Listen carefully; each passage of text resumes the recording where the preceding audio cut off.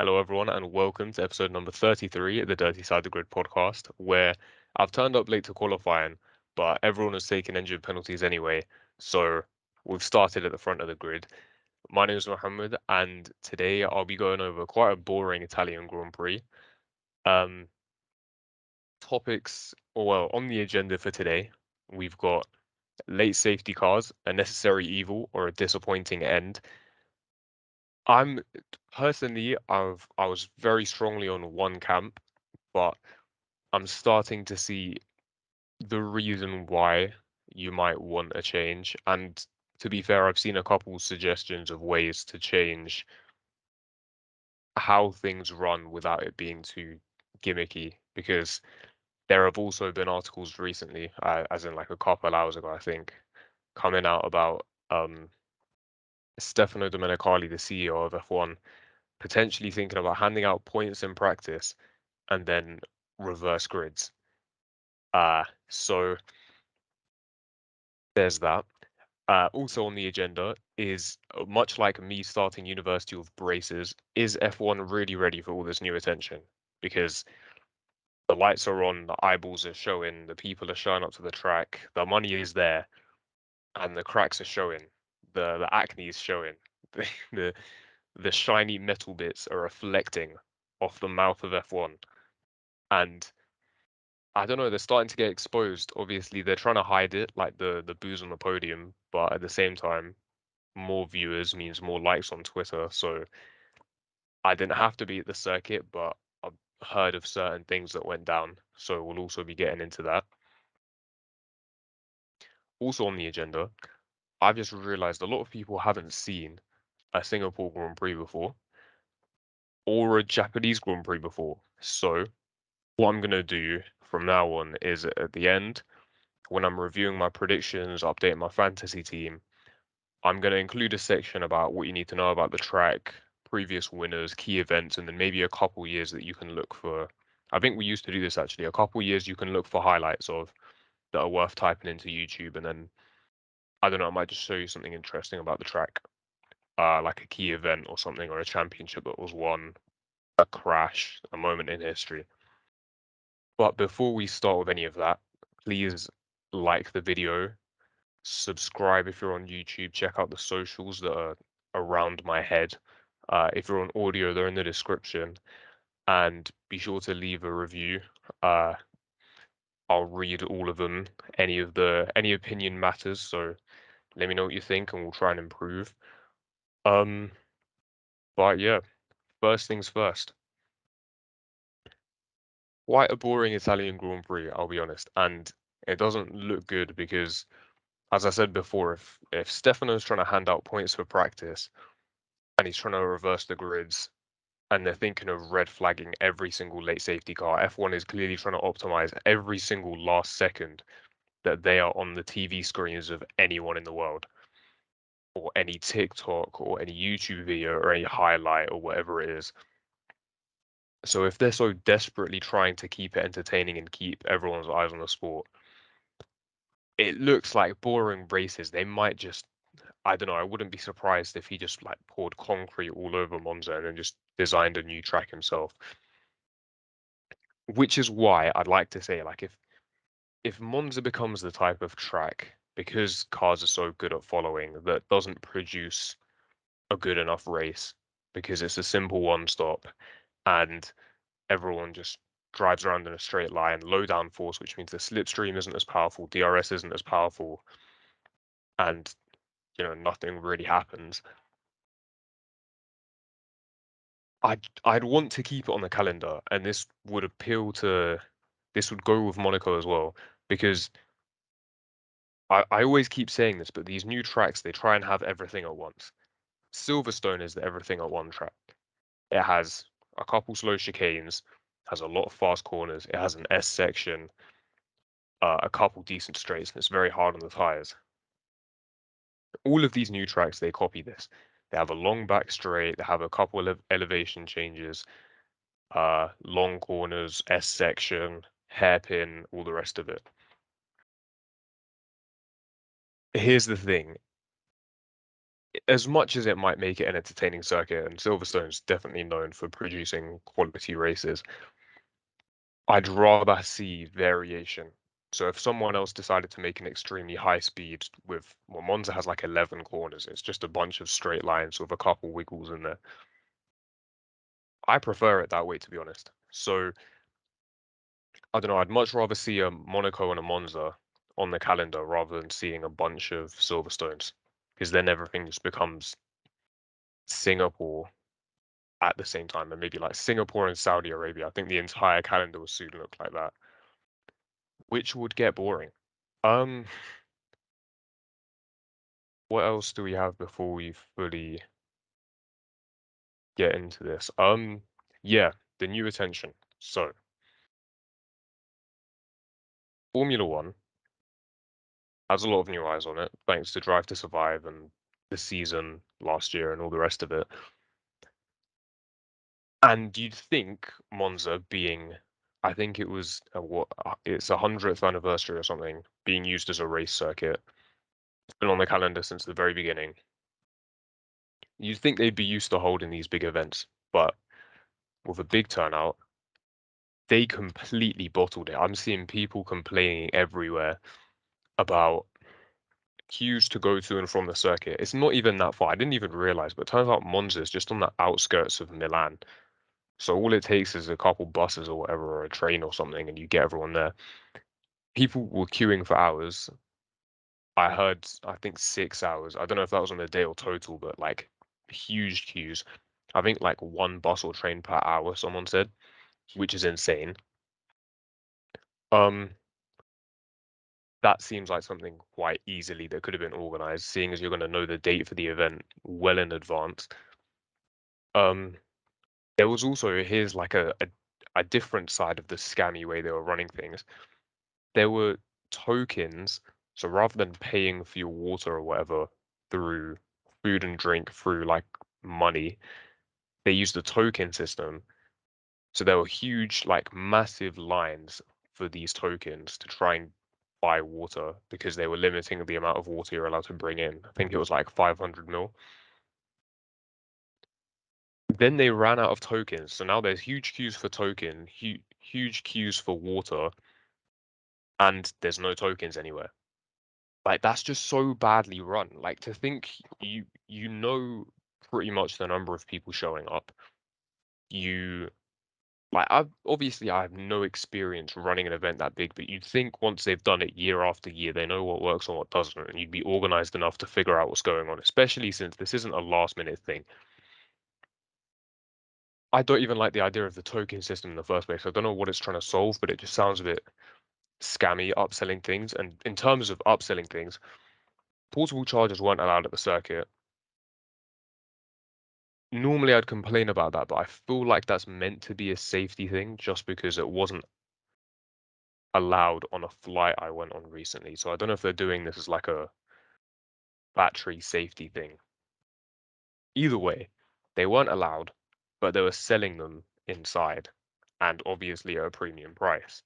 They were doing the same thing with flasks, like hard water bottles weren't allowed. They got left outside the circuit. Someone like posted a picture of them, but they were selling them inside as well, with the Ferrari logo, obviously for an insane price. I think people were saying there were like 6 water fountains or something, like barely anything. It's it just seemed embarrassing. Like Saudi Arabia, I can't compare. I mean, I don't really know how much people were complaining about that as an event, but that track was built late, rules were finessed, and things were broken to allow that race to take place on a track that was meant to be vetted months before F1 ever got there. And I think it actually turned out to be like a couple hours before practice. They did the safety checks on it, or what they were calling safety checks. This is Monza. Like this track has been around before F1 existed. And you're telling me they couldn't figure out how to handle 300k people or whatever it was that showed up. Like, I don't know, man. It just seems dodgy to me. Like, it's not even in the middle of nowhere. Like, Silverstone is in the middle of nowhere. This is outskirts of Milan, like just a couple extra trains or whatever. But I don't know, man. It's the organization just. It's not good. They've got to do better, especially for next year. So hopefully they've seen the complaints. Also, speaking of complaints, further videos of harassment at the circuit, harassment of women, harassment of people who aren't fans of Ferrari. Um, Once again, people need to stop making this a fan thing or an agenda thing, or like, look, the Italian tifosi, they're much worse than, my fans. They would never do that. My driver and my fans, they would never. Stop making it about pushing agendas and stuff. Like, it's wrong, so condemn it and retweet it and at people when you talk about it. Like, that's not abused in my microphone there. But it's just so annoying. It's so annoying to see it because the problem is that when this was happening in Austria and in Zandvoort, there was a key demographic of people that you'd see at that circuit, but there was also a key demographic of people that were calling out this kind of behavior and condemning it. Then you flip here and you know the kind of fans you're going to find at Monza, and it's a different set of people now complaining about the harassment. Why? Why can't we all just rise above it and say, look, these people clearly don't represent us, or at least I hope they don't. Get them kicked out the circuit, get them sent away, and just like they're ruining everyone's event. Like the race can be boring, but if you're getting harassed at the circuit, I can't imagine how horrible that must feel. I've dreamed of going to an F1 race my whole life. If I went there and then ended up having my experience ruined by someone else that was there, I don't know if I'd be able to recover from that. It would take me a long time. So hopefully those people get banned for life, to be honest, and they're just not allowed there again. Because honestly, it's just tiring to see and reading people's stories about things that happen to them and what's going on. It's just not. It's it just kind of makes you lose hope, really. Yeah, I don't know what else to say. It's just disappointing. So we'll see. Hopefully, people can learn, I guess, or put enough pressure. To be fair, if you put pressure on F1 or whatever, then hopefully they'll do something about it. Because, like I said at the start, like they love hiding these things. They don't like talking about it because they don't want to admit it happens. They don't want to admit it happens at their circuits. Like the booing. That's where I was going with that. Like the booing. Max Verstappen won the race. He got booed on the podium. As it's something that normally happens at Monza. You kind of expect it if someone beats a Ferrari. And it's just disappointing. It's annoying. Back when they used to do the interviews on the podium, then you would hear the boos through the microphone because obviously they had to use that, and then the person doing the interviewing would tell them to stop, and they wouldn't. And now they don't need it there; they just turn it down and have the voice of the Sky commentator go up a bit.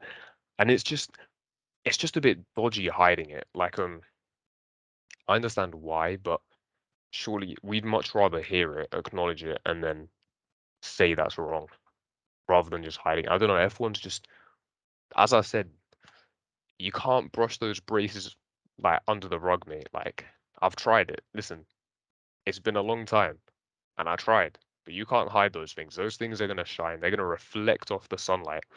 They're gonna reflect off my desk lamp, and they're gonna be in like blaring your eyes. They're gonna be piercing your eyeballs. So admit they're there, admit there's a problem and fix it rather than just hiding everything. It's just annoying. Um, that's the main things to get out of the way before the race. Couple news segments. Albon obviously out, missed the race due to appendicitis. He found out like well it was confirmed like Saturday morning. He's had surgery. I read the update statement from Williams says that there was a complication, but he's fine now, recovered, and he's I guess on his way to recovery, and he's focusing on being back and healthy for Singapore. I hope that happens. I hope Alvin gets a speedy recovery. I'm lucky to have no clue what appendicitis is. Obviously, I know the part of the body it affects, but I don't know how serious it is or how bad it is. I know he's got it removed, but I don't know what the normal recovery length of time for that is, especially including the complication he's had. So I hope he's fit and healthy for Singapore. I hope he recovers fine. And well, it meant that while he was out, he was replaced by well, people hate that he's called young because he's like about to hit 30, but Nick de Vries, Formula E champion, Formula 2 champion, I think. And yeah, he hopped in the Williams seat. Obviously, everyone thinking, well, they've got a good car in a straight line. Can they get some points? They should have been expecting points. I think Albon in that car definitely gets points. And I guess, I mean, I can't even hold off. Like, well played to him. Nick finished ninth, which was really impressive. The only mistake he made was qualifying, but even then he got through and he wouldn't have finished any higher anyway. Um, I don't know. It's just good to see him hop in the car. He was doing a practice session for Aston Martin, so he was in one car, then got into another, and then just did the qualifying and the race like that, and destroyed Latifi. But we will get onto that. Um, who do we have? Uh, uh, uh, uh. Gasly is looking less likely to take the Alpine seat. There's some American dude who's looking like he's going to take it. Conversations I had about license points for IndyCar, super license points. Fair enough. I don't know why I wrote that down. I don't really care. Um, Ferrari, oh my God, Ferrari for their 75th anniversary, I believe, decided to rep their original colors of yellow at the circuit in their home race. They've got yellow overalls, they've got a yellow rear wing, they've got like yellow caps, yellow merch, yellow helmets. It all looks sick. And then they reveal the car and they've literally just got the top of it yellow. I'm sorry, but like, I don't know if there's a rule that they can't change the color of the car, but it would have looked so good if it was yellow. I'm just so disappointed they half-assed it. Like it was really bad. They were hyping it up and all of this and whatever it is, and then it's just got like a little bit of yellow at the back. Like, don't do that. And then the worst part is, I forgot to mention this earlier with F1 and its braces problem, but it's the prices are mad. A normal helmet, if you want a half-size replica of one of those Ferrari drivers' helmets, it says £120. That is a lot of money to part ways with. If you want a special edition version of that helmet, it's going to cost you £720. I don't even know what to say to that. Like, it's ridiculous. And the problem is because there's more people now, they're going to think it's fine to be charging this insane amount of money. Beforehand, it was exclusive and all the rest of it, and only the only fans were basically rich people or kids who were unable to complain. Now, everyone's a fan, and the more people they bring in, the more demand there is, and now they're just going to raise the prices even more, which is so annoying because I would have loved the yellow helmet, but I guess I'm not getting one. To be fair, if they reduced it down to the price that I'd be willing to pay for it, then everyone will have one. But I'm not even trying to get it like a collector's thing that I'd resell in 40 years when Charles is retired. Like I don't know. I'd much rather have it as like something that everyone can have, and it's like I don't know. It's much nicer that way. Another problem they hopefully will have to solve, but I don't think they will because I know for a fact some Italian grandparents like went and bought that or some like Italian rich kids. So there's no point really. They're just not going to do anything about it. Um, that's about it to be honest. We just get into the race. Might as well see where we end up. I guess where do we even start? It just wasn't that entertaining, was it? Um, Max wins. So Max wins from seventh place. Didn't do. I can't say he didn't do much to earn it, but like it doesn't feel like he did. Like he just wasn't tested. It really wasn't difficult, and you've got to give credit to Red Bull for making a sick car and Max for just driving well, I guess. Like obviously, if someone's good at what they do, they're gonna make it look easy, and he makes it look really easy. I really did want Leclerc to win, just purely for the Ferrari fans, but guess it wasn't meant to be. Um, Obviously, it looked like the opportunity was there. Like it looks like he would have he was losing by like 20 seconds. So without the grid drop, I think Max would have won it by like half a minute, which is insane to say. Um, yeah, it's just unfortunate. Like they tried. I don't think the Ferrari strategy was off. There's definitely things in hindsight that they could have.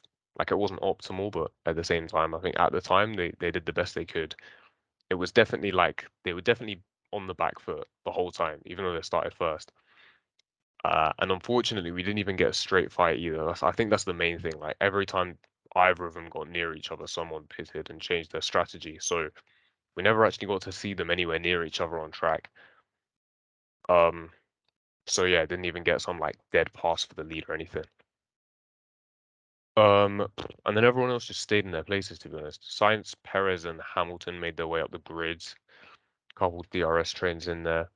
I think the main talking point, might as well get straight into it because it's basically the only thing that happened. The safety cars at the end of the race. Now, where do I even begin with this? So Ricardo stops. There's like what 5 laps left, maybe a bit longer. And you'd think with everything going to plan or whatever it is, then they can probably get it finished. But the lap at Monza is quite short, so it was going to be a tall order. Now, people are complaining. Well, let's just say it this way. There's a camp of people complaining because it was boring, and then another camp complaining that it was the right thing to do and they followed the rules. And obviously, this is the opposite of what happened in Abu Dhabi last year. Now, I don't even like. Here's the thing: it was the right thing to do, and here's the my opinion on this was it was the right thing to do. They should have done it this way last year, obviously, and I didn't see the problem. Like I think of someone looked it up or something. I I'm not gonna find it. The number of times that a race has ended behind the safety car since it was introduced in like 73 or something is like it's definitely under 15. It might not even be double digits. I don't know, but it's like around 10ish since it was introduced in 1973. Now, it's it's a rare occurrence, and yes, it does ruin the end of the race, but that's just because the safety car bunches all the cars up and then doesn't spread them out again or doesn't like it excites you for a second because you think it's going to end like it's going to bring some excitement and then it doesn't. So there's the problem isn't actually with the lack of excitement, it's with the fact that you think you're going to get some. It raises your expectations again and then it brings it down again, because if Ricardo never stopped his car there, no one would be complaining because Max was already winning by like 17 seconds. I just and that's the way I thought about it for a long time. I don't see the point in changing it. I think finishing under the safety car is like a completely understandable, fair thing. And it's another one of those ones where if someone feels hard done by now by any decision that doesn't affect them, it's I don't know, it's a slippery slope because there's things outside of your control that will influence the race. And sometimes they'll help you and sometimes they won't.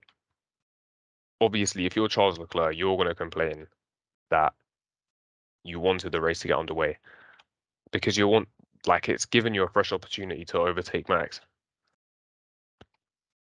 if you're Max, your car's good enough anyway, so you're gonna want to go ahead. But the point is, where does it stop? If we start here, where does it stop? Like, let's say it rains, for example, right? That's going to benefit certain people and then disadvantage other people. That's just how it goes, and that's how it's always been. But what if we start now saying, all right, cool, what we're going to do is we're going to wait for it to stop raining?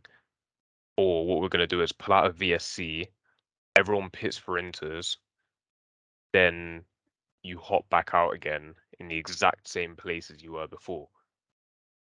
Like, or I don't know, it sounds like it's trying to be too. Listen, things happen. This is just part of the things you're just going to have to kind of account for.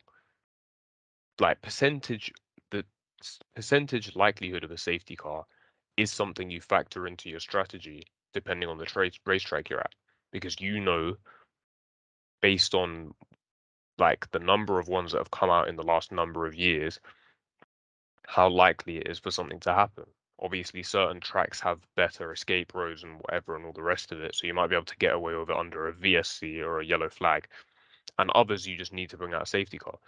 So it's part of your strategy. So it's there and accounted for. And you know what? I prefer having more variables in F1. I feel like there's a lot, but with this race, when it's a one stop and when it's as dead as it is, I don't want to. We all love the excitement of seeing a car stop on track and you're like, oh my God, safety car, and everyone's bunched up and then it happens again. But it's just, I don't know, praying for a safety car to be the savior of your race. You know what? Sometimes it's just going to be boring races, and I'm perfectly fine with that. And there may be others that aren't, but like, I know, I've watched Missed Apex podcast a few times, and his initial, the host's initial problem was red flags in the last 5 laps would become the new crack. Like they just start like doing it all the time. Like it would be crack with the race directors because they'd like constantly just, I don't know, the moment you do it and then you keep doing it and then it goes back to the optimization. If you're really going to need to optimize every single last second to keep everyone's attention, then there's a problem there. We need to stop being so spoiled because they've changed the entire regulations for the first time ever to make the racing more entertaining. Has it worked? I mean, they can follow better, but clearly, obviously, one team's running away with it. Is that the fault of the regulations or not? That's a debate for another day. But the point is, if a race is gonna be boring, I say let it be boring. Like I might be a little bit traditional in my views of Formula One, but like I don't know. I'm not trying to see safety car final lap finales at every opportunity. And I get it's rare, as I said earlier, so it won't happen often, but it's just going to be too much. Like, 'cause that's the point, I guess. That's what makes it so fun, and that's what makes it so entertaining. There's a window between, like, at some point in the second half of the race, late on, 3 quarters in, where you could get a safety car and it could change everything. And that window ends 10 laps before the end, because then at that point, it's too late. I'm perfectly fine with that, to be honest. I don't know if it's the old man in me that doesn't want to see change, but I'm perfectly fine with it staying that way. And extending that window to include the end of the race because you're going to stop it, pause it, and then bring everyone out again. I'm not trying to see dashes to the line all the time. Like Baku, everyone talks about Baku and Abu Dhabi, and they're saying like, yeah, but what happens when that happens every weekend? What happens when you start doing that too often? What happens when you start introducing points for practice, reversing the grids, doing all this stuff? Like you just you're just toying with it a bit too much. Like it's a safety car, it's there for safety. It brings all the cars together, and that's its job. Like once again, we're coming back to entertainment, and it's just I don't know, man. Sometimes I don't want to be entertained, bro. Like maybe it's I'll call it the engineer in me. Maybe I just don't want to be entertained. Either way, moving on. I'm gonna need to see more opinions on this because I just I don't know, I just don't want it. Like I still need to be convinced to be fair. I thought I was gonna switch. I thought I was gonna flip. Some people were there was definitely a suggestion that said stopping the cars, say it's like a soft reset, like you're not allowed to change your tires. The gaps stay the same, or they do bunch up again, but the point is you can't change tires and it stops instantly. And I'm not for it. I thought I was, but I'm just not for it. I can't. Anyway, going back to the main point and the main what's the purpose of the safety car? Safety. Have we not learned from 2014? I've been watching this sport for a long time, and I remember when I was 12 years old watching the Japanese Grand Prix in Japan. Because where else would it be? And seeing under, I think it was safety car. I don't think it was yellow flags. I think it was under safety car conditions. A truck in the rain picking up a car in the gravel, and it was in the process of removing that car from the gravel when a driver by the name of Jules Bianchi skidded off the track and into that truck. And that accident ended up being fatal, and he lost his life that day, or because of that incident. This was the first time someone had lost their life since Ayrton Senna in 1994 or 6, I believe it was 4.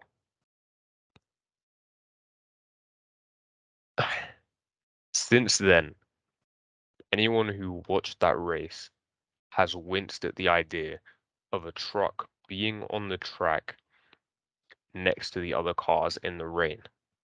Granted, Monza was not in the rain, but those cars were very close to that truck on that thin section of the track. Do I believe we should red flag races at the end because of entertainment purposes? No.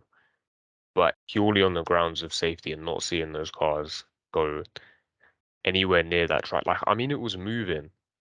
It was moving. If we've really not learned anything, it was moving backwards while the cars were going forwards into it. All it would take was for one person to be over on the other side of the track, swerve late, and someone might see it too late, and it would literally back up onto someone's car. That's so risky. Now, there were mistakes made with that safety car. Yeah, it might have picked up the wrong driver. It picked up George instead of Max. It may have been called out a little bit late. There were other things that, like, I'm sure made it not as quick as it could have been in terms of making an efficiently getting rid of the car and getting it off the track. But how on earth are you not going to wait for those 20 cars to go past you before you start backing up on the circuit? Even if it was stationary, I just don't like the fact that it was there with all of them going past. It just seemed a little bit like if someone's radio wasn't working, they would have no idea it was there until they got there. And with the limited visibility of the cars, with the driver's head so low in the cockpit, a car ahead of them would have very easily blocked their view of that. So just swerve in to warm up your tires and you can go straight into that like huge truck. Like it has tires of a tractor, like it's massive. That could easily crush an F1 car. Thinking about it now, like I don't. That's so risky. We're very lucky nothing happened to anyone there. I mean, that's all I've got to say about that, to be honest. That's probably the better conversation to be had, to be honest. I'm gonna tweet that. I'm gonna put that out. I'm surprised. I'm very surprised. I don't know why it's taken me this long, but the fact no one's been talking about that and they've been focusing on the entertainment aspect at the end says a lot, to be honest. Me included, I guess. Um, right, back onto the race. We'll just breeze through this. Best performance, I would say, purely for the entertainment, I'm gonna have to say no. I'm gonna go with the freeze. I was gonna say science because of his overtakes were entertaining while we were showing them because for some reason they were the only overtakes being shown. I'm gonna go with De Vries for the fact that he hopped in that car, short notice, no notice really, and drove it to points. That's brilliant. I think Williams have like 6 points total this season. He's just got two of them. So two, six, a third. A third of their points this year has come from this guy who's just hopped in the car out of nowhere, short notice. It says something, which is why the worst performance has to go to Latifi. I don't care where he finished. He finished second to last, but he got shown up that day. If you're going to get out qualified by a guy who's just hopped in your car, and then the guy's destroyed you, got points, and then ended up pushing you down to 21st in the 20 driver championship. That's so embarrassing.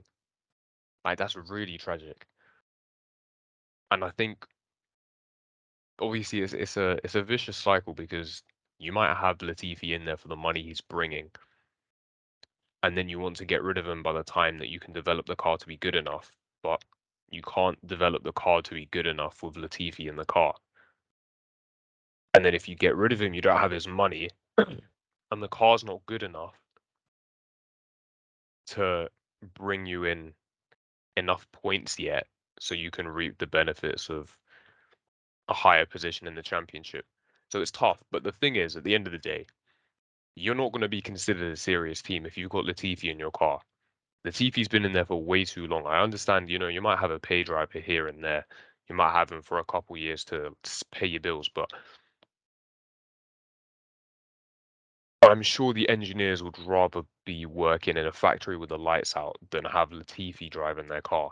I imagine going through the blood, sweat, and tears, leaving your firstborn child to go work in the Williams factory to create this machine, to create this multi-million pound carbon fiber, like pinnacle of engineering, and you've created this like 750 kilogram or 800 kilogram like marvel that like pierces through the air at 200 miles an hour, and you've put all of your life's work into this thing to create it, and all you need to reap the benefits are a competent pair of hands behind the wheel, and you get Nicholas Latifi hop in. I don't know, man. I don't know. Personally, I'd retire. So I don't know. To be honest, credit to the Williams team. Underrated drive. Instead of underrated drive, we're going to go underrated performance. Credit to the Williams mechanics who have been there for years watching Nicholas Latifi hop in their car day in, day out. They put in all that effort. Imagine the guy crashes an FP3 and you have like an hour to rebuild the car. You rebuild it, you go, you do all this, and then you just know he's going to shove it in last anyway. I don't know where they find the motivation, and credit to them because they deserve way more than they're getting, to be honest. So good stuff from them, man. Now, if you haven't made it this far before, this is the part where I review my fantasy team and predictions from last week. So let's see what I said. Oh no, oh no. I thought, okay, so Max and Charles didn't send each other off into the gravel, but there are also grid penalties that I couldn't account for. So I'm gonna go from qualifying and not the grid penalties. Oh, Leclerc got pole. Whoops. Okay. So I thought it would be Max and then the two Ferraris with Charles obviously ahead. I got Sainz third. So 1 out of 3 for quali. The race result, I said George Russell would win. Now, if Verstappen and Leclerc crashed each other out like I predicted, that would have been right. Oh my God, I've just realized if you take out Verstappen and Leclerc, my top 3 is correct. It's just they didn't crash like I was predicting. So personally, I might have to count that, but it's not gonna work. I'm not gonna get any of them because it was too far down. Sick. Russell driver of the day is wrong. It was Nick de Vries, but in my defense, I couldn't have predicted that he would have been in the car. DNFs was 4. Oh, and I was right. Listen, some might say I'm getting better at this.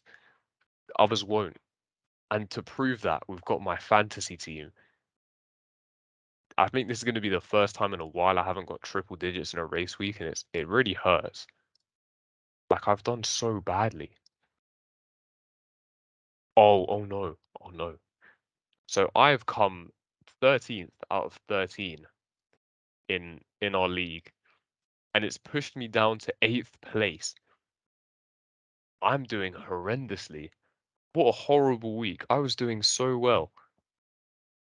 It's really bad. The risk didn't pay off. Alpine didn't help me. Latifi definitely didn't help me. I should have trusted De Vries would outdo him. I should have turboed Norris and Alonso retired. It's been a horrible day. It's been a horrible day. I'll have to come back stronger. The worst part is I started following a bunch of fantasy accounts on Twitter and I didn't. I guess I thought I could do my own thing. I thought I'd give it a punt. It didn't work. For some reason, whenever I try something, it just fails. Surely, now here's the thing. As I said before, so Singapore, I can't believe a lot of people haven't seen the Singapore Grand Prix. So,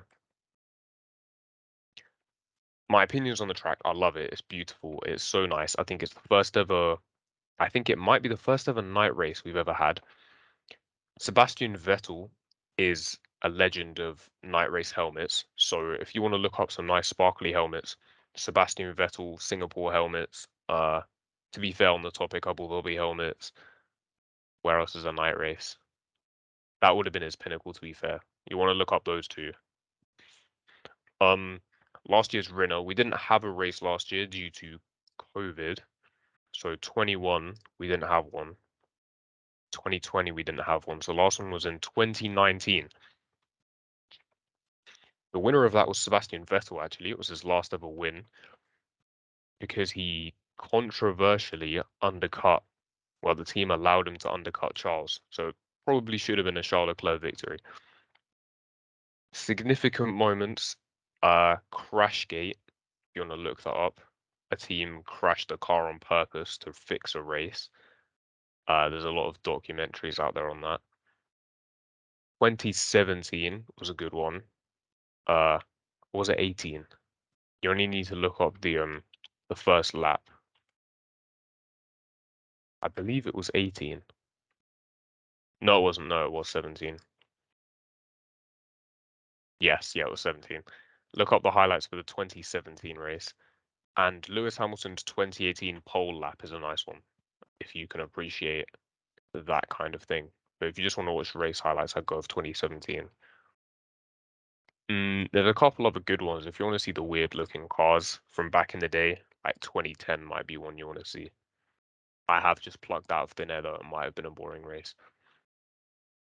Predictions. I've been putting this off long enough. Okay, so the track, street track, tight and twisty. Probably one on a combination of qualifying and then strategy. I don't know if it's hard on the tires, but I think it's a really hot race if I remember correctly. Which means Red Bull are probably going to be good because they're good everywhere. I think Leclerc bins it in quali. I'm going to have to predict it. I'm trying to be interesting. I'm going to say Leclerc crashes in quali. You know what? Max Verstappen, Lewis Hamilton, George Russell. I'm praying this is a good week for Mercedes. They're never good in quali, but you know what? I just got to assume. I've got to go for it. The race top 3. I want to say Lewis wins. I really want to say Lewis wins. I'm hoping he wins. Why am I doing this to myself? Max Verstappen, Lewis Hamilton, Carlos Sainz. No, we'll say Charles gets back in there. Driver of the day. Guys, just going to be Max, isn't it, if he wins? DNFs. So I want to go for a lot. I'm going to say everyone's going to be quite well behaved. We'll go with 3. I think 3 is a good one. All right, honestly, I can't wait for Singapore. I love Singapore. Uh, just a great race, to be honest. If I could afford to go, I fully would. Uh, so if you can, definitely do it. Finish there. I guess that's all. Thank you very much for listening. As always, please uh like, comment, all the rest of that stuff. Share the video around with your mates. I mean, there's a couple. I think there's 2 weeks before the next race. If I can think of a topic, then I'll film something. I doubt I will, but I will be back at university by the time the next one comes out. So I'm busy couple weeks. We'll see. I'm not gonna promise anything. I doubt I'm gonna do anything, to be honest. So I will see you most likely for the review of the Singapore Grand Prix, where Max Verstappen might be crowned champion.